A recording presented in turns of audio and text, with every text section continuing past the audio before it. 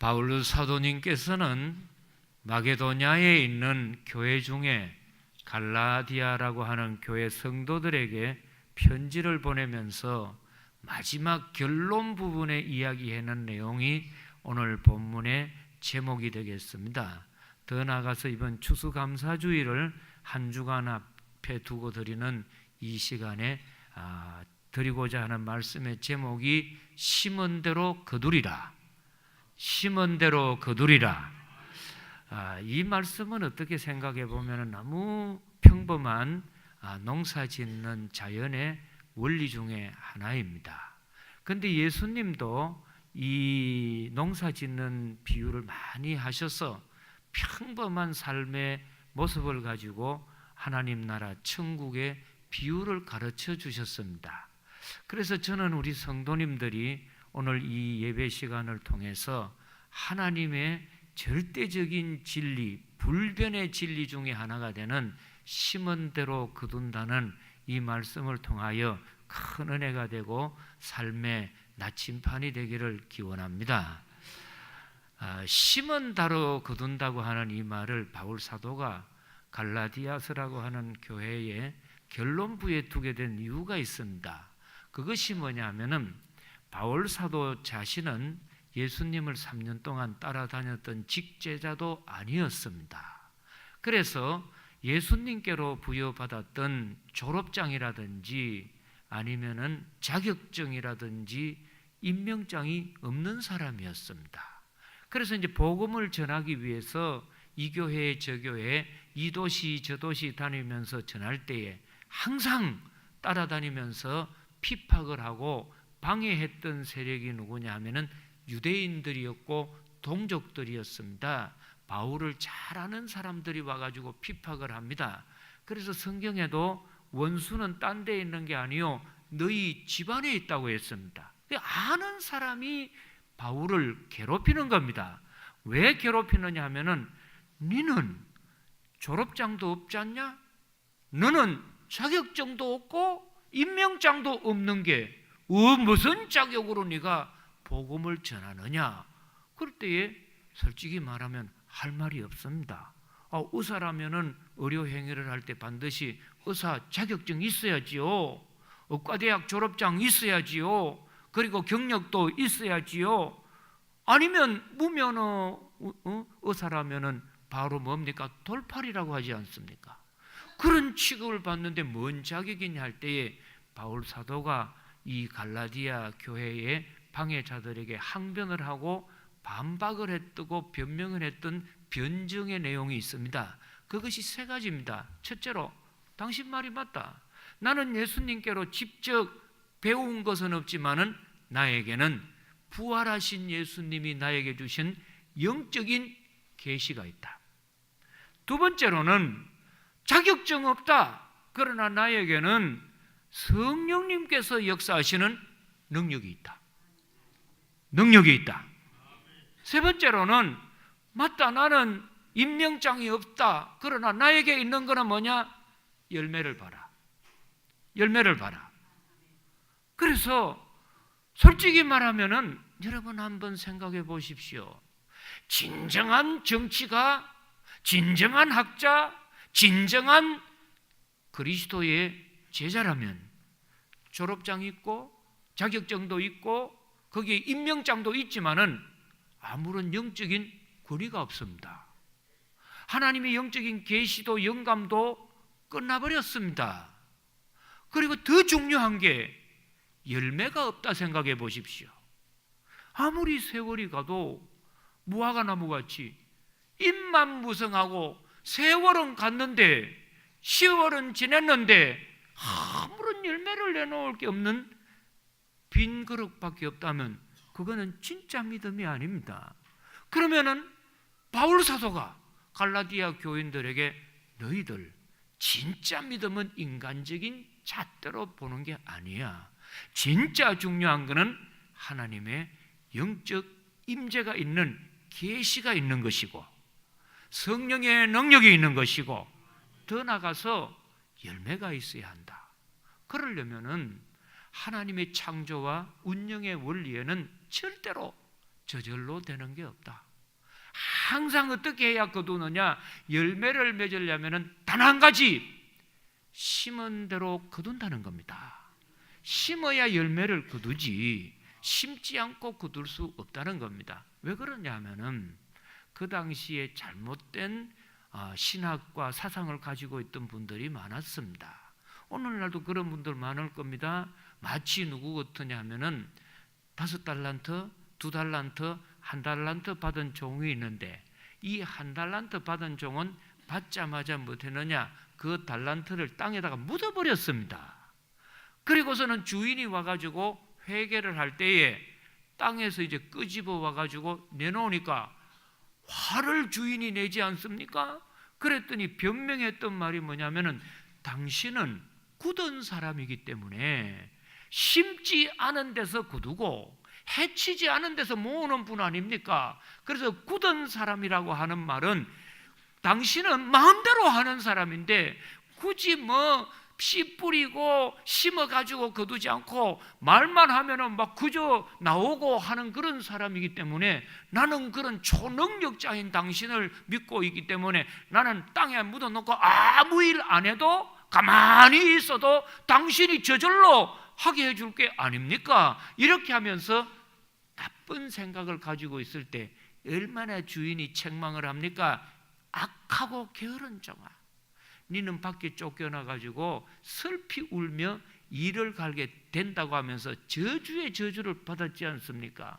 오늘날도 이런 분들이 많습니다. 신앙생활하고 기도생활하고 성경 얼마 알고 조금 교회 생활하면 아무 일도 안 해도 하나님이 다 해주실 것이다, 하나님이 다 이루어 주실 것이다 그러면서 하는 분들이 많은데 하나님께서는 그렇지 않고 절대적인 원리 중에 심어야 거둔다, 심어야 거둔다, 중요합니다. 그래서 이 심어야 거둔다고 하는 것은 깊은 뜻을 보면 3가지 의미를 담고 있습니다. 첫째, 시기대로 거둔다. 일찍 심으면 일찍 거두고 늦게 심으면 늦게 거둡니다. 공부도 철이 들어서 일찍 공부의 중요성을 알고 공부하면은 일찍 성공합니다. 공부하기 싫어가지고 늦게 하면은 뒤늦게 60, 70이 되어가지고 공부를 하기는 하지만 제대로 되지 않습니다. 그래서 심은 대로 거둔다는 것은 시기대로 거두기 때문에 좋은 것이 있으면 여러분 일찍 하십시오. 내일 하지 말고 오늘 하면 하루 먼저 시작하기 때문에 시기대로 하나님은 거두게 하십니다. 두 번째로는 수량대로 거둔다는 말입니다. 많이 심으면 많이 거두고 적게 심으면 적게 거두지, 적게 심어놓고 많이 거두려고 하는 사람을 뭐라고 합니까? 사기꾼이라고 합니다. 이런 사람을 땀 흘리지 않고 돈 벌려고 하는 불안당이라고 합니다. 아니 불자에 땀 한자를 씁니다.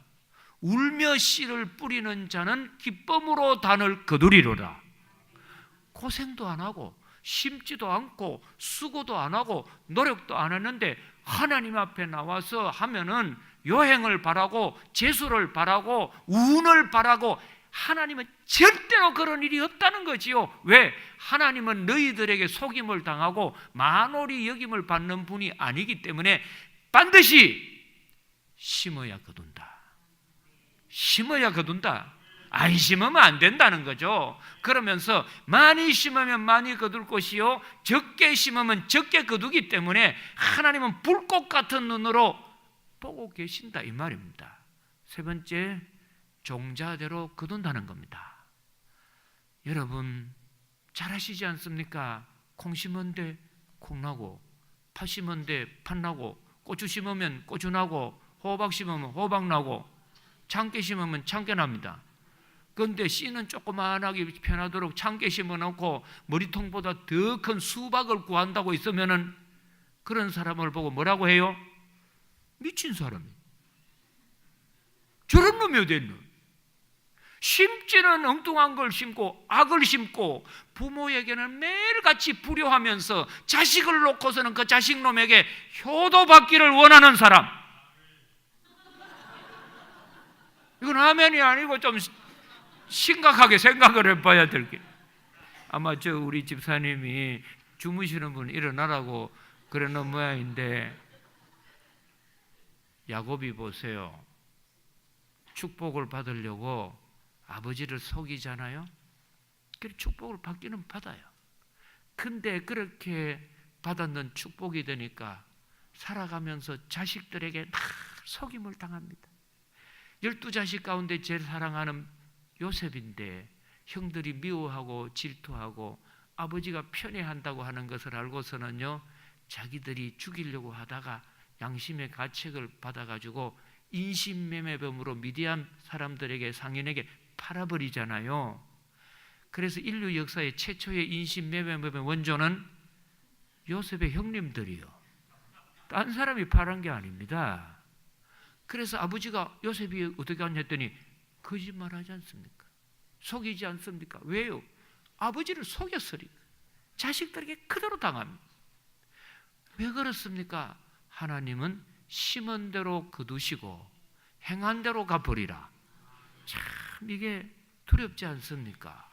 그런데 이 세 가지 뜻을 한마디로 이야기한다면 무슨 뜻이냐 하면은, 너희가 무엇을 거두고 싶은지 거두고 싶은 걸 심으라.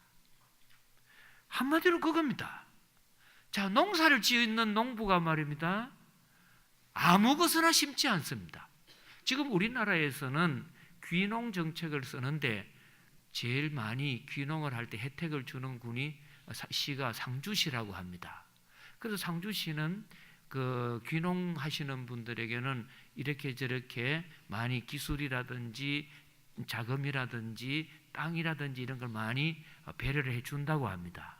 그런데 귀농하신 분이 시청에 들어가 가지고 담당 직원에게 땅이라든지 또 아니면은 어떤 자본을 이렇게 부탁을 할 때에 제일 먼저 공무원이 묻는 말이 무슨 농사를 지을 거냐? 당신은 보리 농사를 짓겠나? 쌀 농사를 짓겠나? 누에를 하겠나?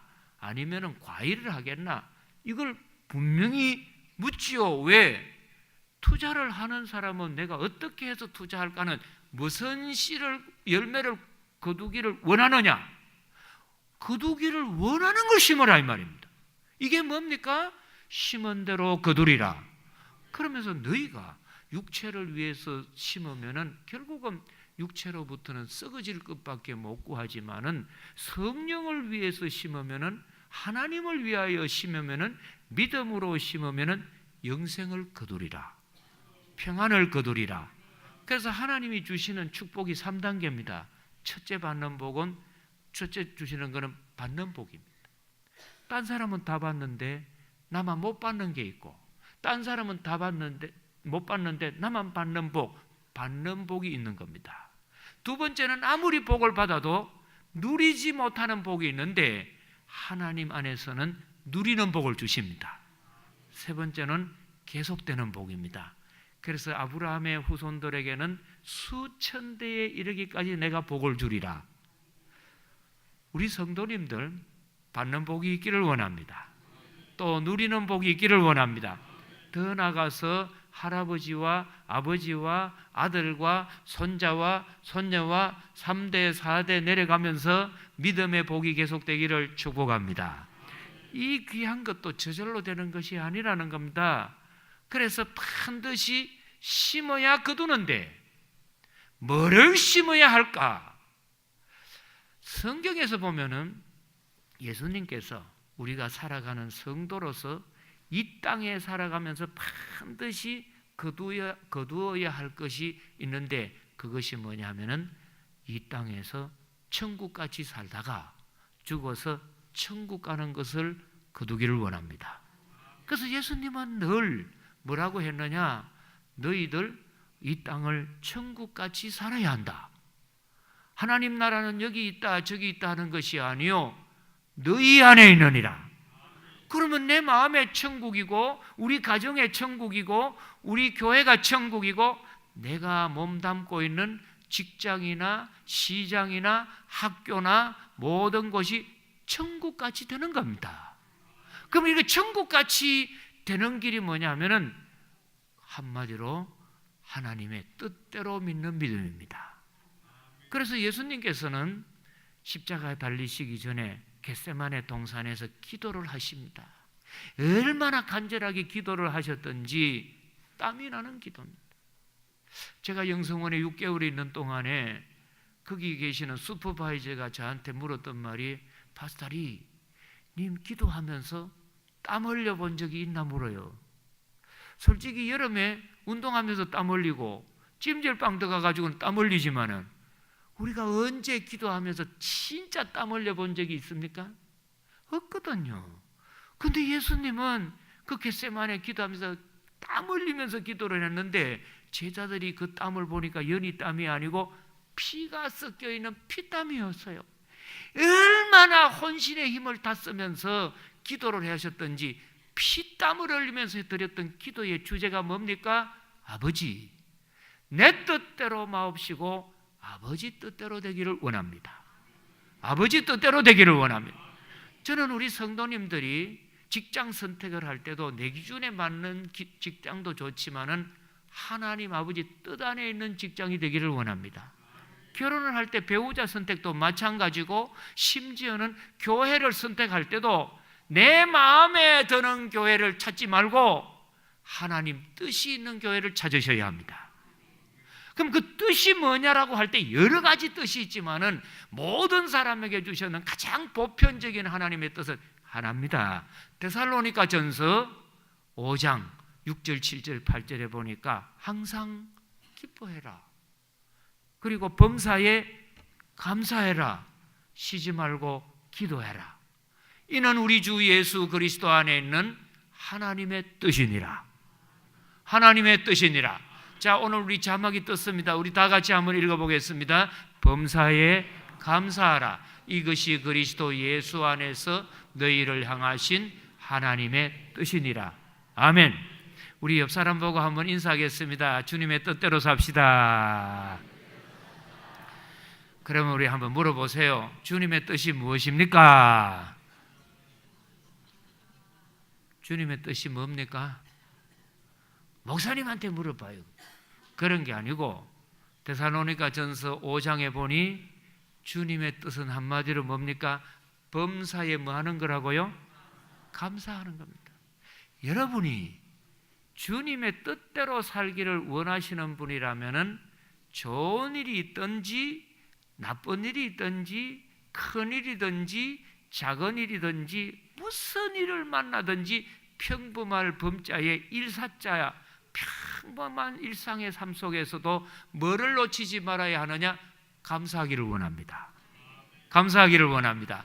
그러면 여러분도 그러실 거예요. 저도 신학교 다니면서 이거 범사에 감사, 그거 뭐 성경에 있는 말이지 현실하고는 다르다. 속상할 때 언제 감사하겠나? 손해 볼 때 언제 감사하겠나? 열받치고 머리 뚜껑 열리고 연기 날 때 어떻게 감사하겠냐? 그럴 수 있죠. 맞는 말이죠. 그러나 그렇지 않다는 겁니다.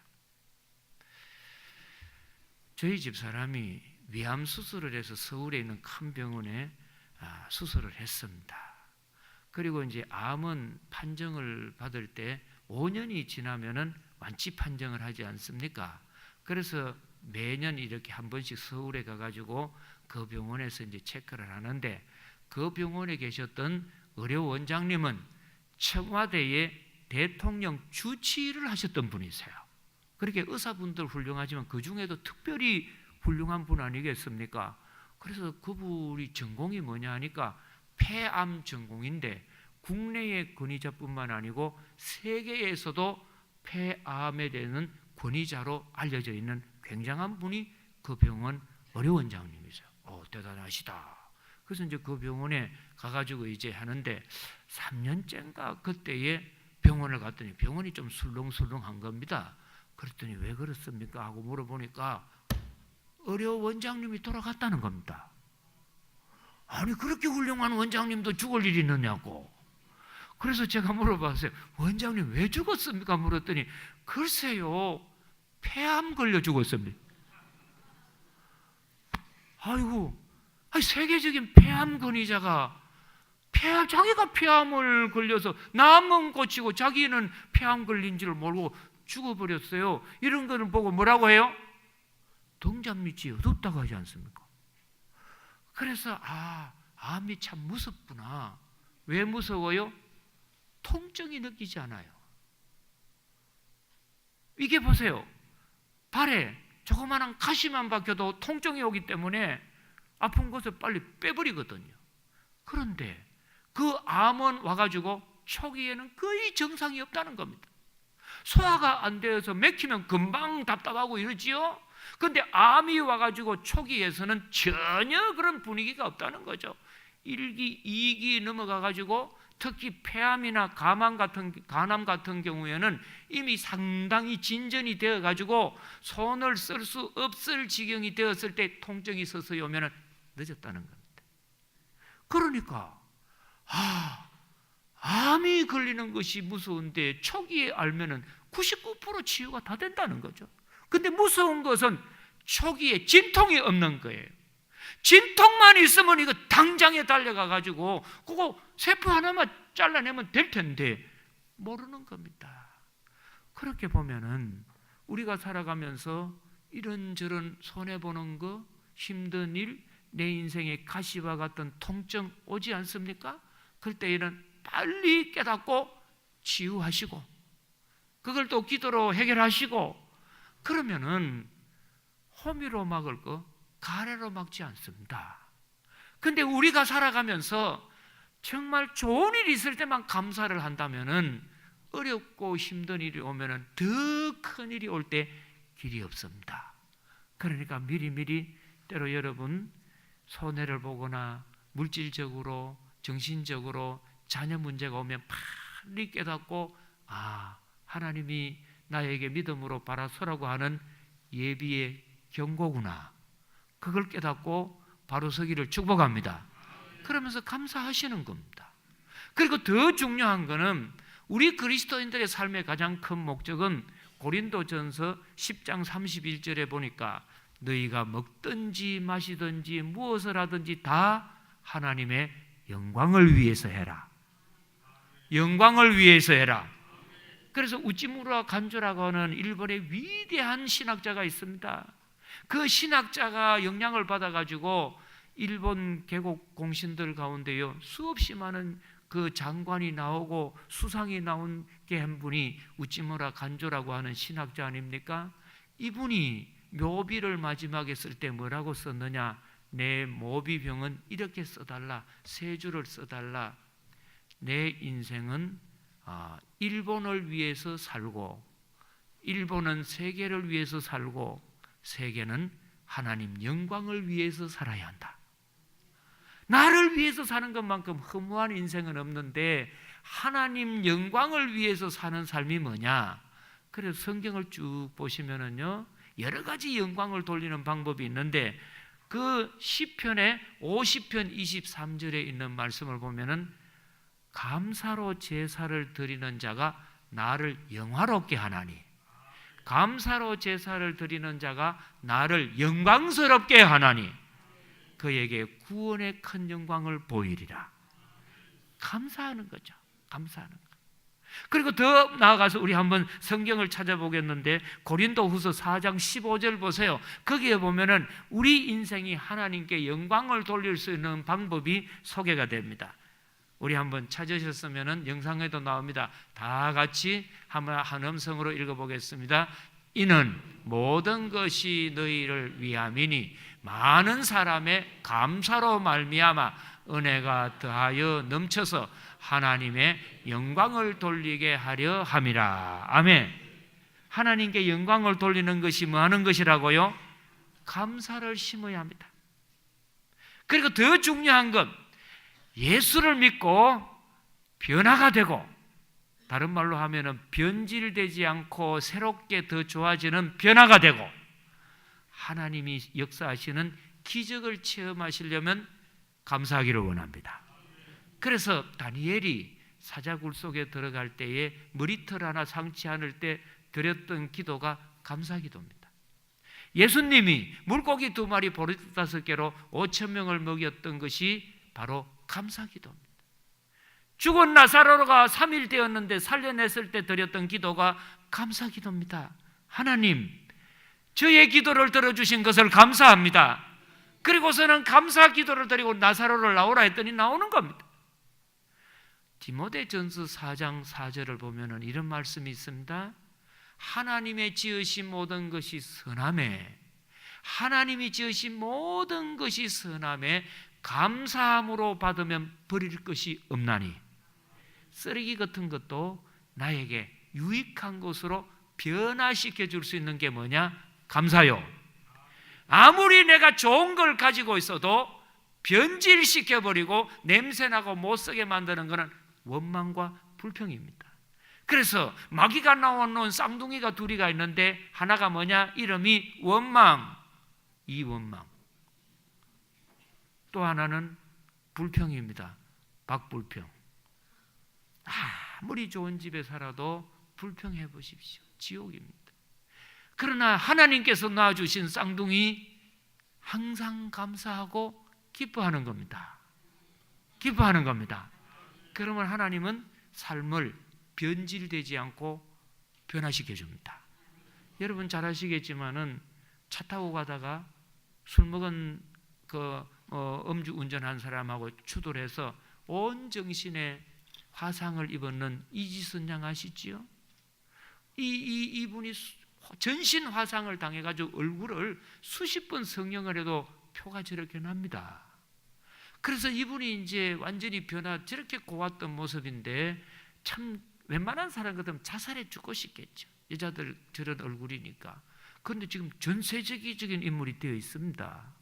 그래서 본인의 간정도 중요하지만은 저 지선 양이 사고를 당한 뒤에 회복하는 과정에 보호를 간호를 했던 어머니 간정을 우연히 들었습니다. 완전 전신 화상을 받아가지고 의사들이 죽는다고 포기하라고 하더랍니다. 그러나 생명은 하나님께 있으니 치료라도 해주세요. 그래서 완전 신을 붕대로 다 감고 무균실에 이제 들어가는 겁니다. 이 균이 감염되면 당장 환홍이 되니까. 그래서 무균실에 들어갔더니 하루에 2번 30분씩 2번 어머니만 면회를 시켜주더라는 겁니다. 그래서 온전신에 붕대를 감고 눈만 이제 있는데 의사들은 다 죽는다고 했으니까 아무 말을 안 하고 어머니가 들어가가지고 이제 들어가면은 제일 먼저 딸이 눈빛으로 어머니 얼굴 빛이 어떠냐 절망하고 슬퍼하는 빛이 있으면은 이 기색을 보니까 나는 희망이 없네 하고 절망하기 시작해서 그만 눈을 감아버린다는 겁니다. 그래서 항상 의사들은 안 되고 절망한다 그래도 죽는다고 해도 거기 딸 앞에 가가지고는 환하게 있고 지선아 너 낫는단다 걱정하지 마라. 그렇게 30분을 하는데 완전히 이거는 뭐냐? 쇼를 하는 거라는 거예요. 분명히 죽고 희망이 없다고 하는데 엄마는 30분은 희망을 노래해야 되니까 가면을 뒤집어 쓰고 막 그리고서는 쇼를 하는 거죠. 그런데 그게 하루에 30분, 1시간이라도 딸 방에 들어가고 나면은 슬픈 기세, 수심의 빛을 안 보이려고 온갖 노력을 다 하니까 진액이 빠지는 것 같고 양심의 가책이 되고 이게 사람 할 짓이 아니더라는 거죠. 그래서 날 웃어야 되니까. 그러다가 차도가 조금 있어서 무균실에 나와서 중환자실에서 일반 병실에 왔다는 겁니다. 근데 이제 문제가 뭐냐? 더 큰 문제가 있는데 그 무균실에 있을 때는 하루 1시간만 보면 됐는데 일반 병실에 내려오고 24시간을 봐야 되는 거예요. 24시간을 쇼를 하고 좋다고 말하니까 이거는 더 죽을 지경입니다. 엄마가. 그래서 견디다가 우리 딸 죽기 전에 내가 먼저 죽겠다 싶어가지고 어떻게 하면 좋겠냐 해서 자기 다니는 교회 목사님 찾아가서 상담을 했답니다. 목사님, 우리 딸 희망이 없고 죽는다고 하는데 그 앞에서 희망을 노래하려고 사기를 치고 거짓말하고 쇼를 하니까 이게 이제 저도 한계가 와서 내가 먼저 죽겠습니다. 그래요. 딱 한 가지 길이 있습니다. 하나님은 선하니까 어떤 환경에서든지 감사를 심으면은 네가 거두고 싶은 것이 희망이면은 희망을 심으십시오. 감사를 심으십시오. 그러면서 감사의 조건을 찾아보더라는 거죠. 우리 딸한테 뭔 감사가 있겠습니까? 그래도 찾아보세요. 하나님은 감사를 원하면은 감사를 심어야 됩니다. 그래서 가가지고 매일 불행으로만 생각하는 딸을 가만히 보니까 딴 데는 화상을 입었는데 발바닥이 멀쩡하더랍니다. 그래서 지선아, 발이 멀쩡하다. 너 다 왕게 되면 구두는 잘 신고 다닐 수 있겠다. 그러니까 딸이 조금 기색이 좋아지더랍니다. 그래서 한 달, 두 달 발바닥 정상되게 해주심을 감사합니다. 이것도 또 뭐 좋은 노래도 하루 이틀이지요.